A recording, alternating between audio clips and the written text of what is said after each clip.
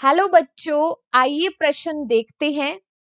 जंतु जो स्वयं के मल का भक्षण करते हैं वे कहलाते हैं। पहला विकल्प है सैंग्विवोरस, दूसरा है फ्रूगिवोरस, तीसरा है कैप्रोफेगस और चौथा है डेट्रीवोरस।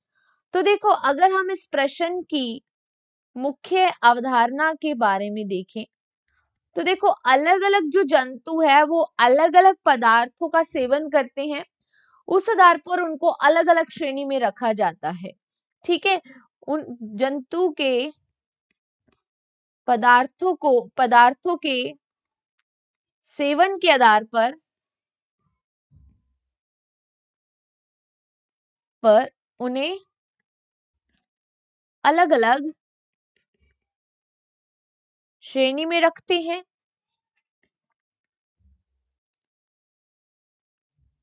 जैसे कि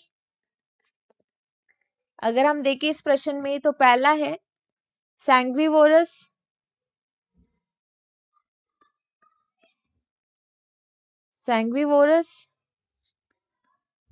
ऐसे जीव जो रक्त का सेवन करते हैं, जो रक्त चूसते हैं उन्हें कहते हैं सैंग्विवोरस। इसका उदाहरण क्या आएगा? जोंक सैंग्विवोरस होती है। दूसरा अगर हम देखें फ्रूगिवोरस, ऐसे जीव जो फल खाते हैं, उन्हें क्या कहते हैं? फ्रूगिवोरस। इसका उदाहरण क्या आएगा?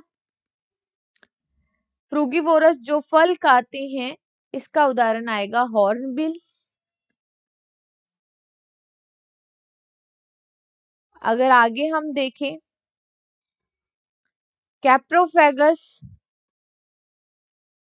ऐसे जीव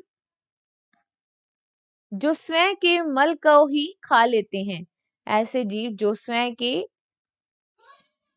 मल का भक्षण करते हैं, स्वयं के मल को ही खा लेते हैं,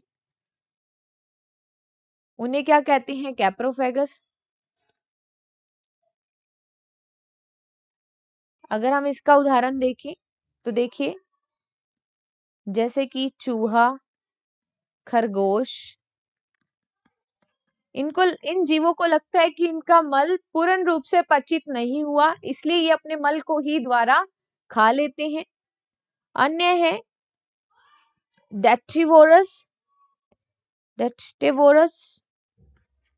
जो मृत पदार्थों का सेवन करते हैं,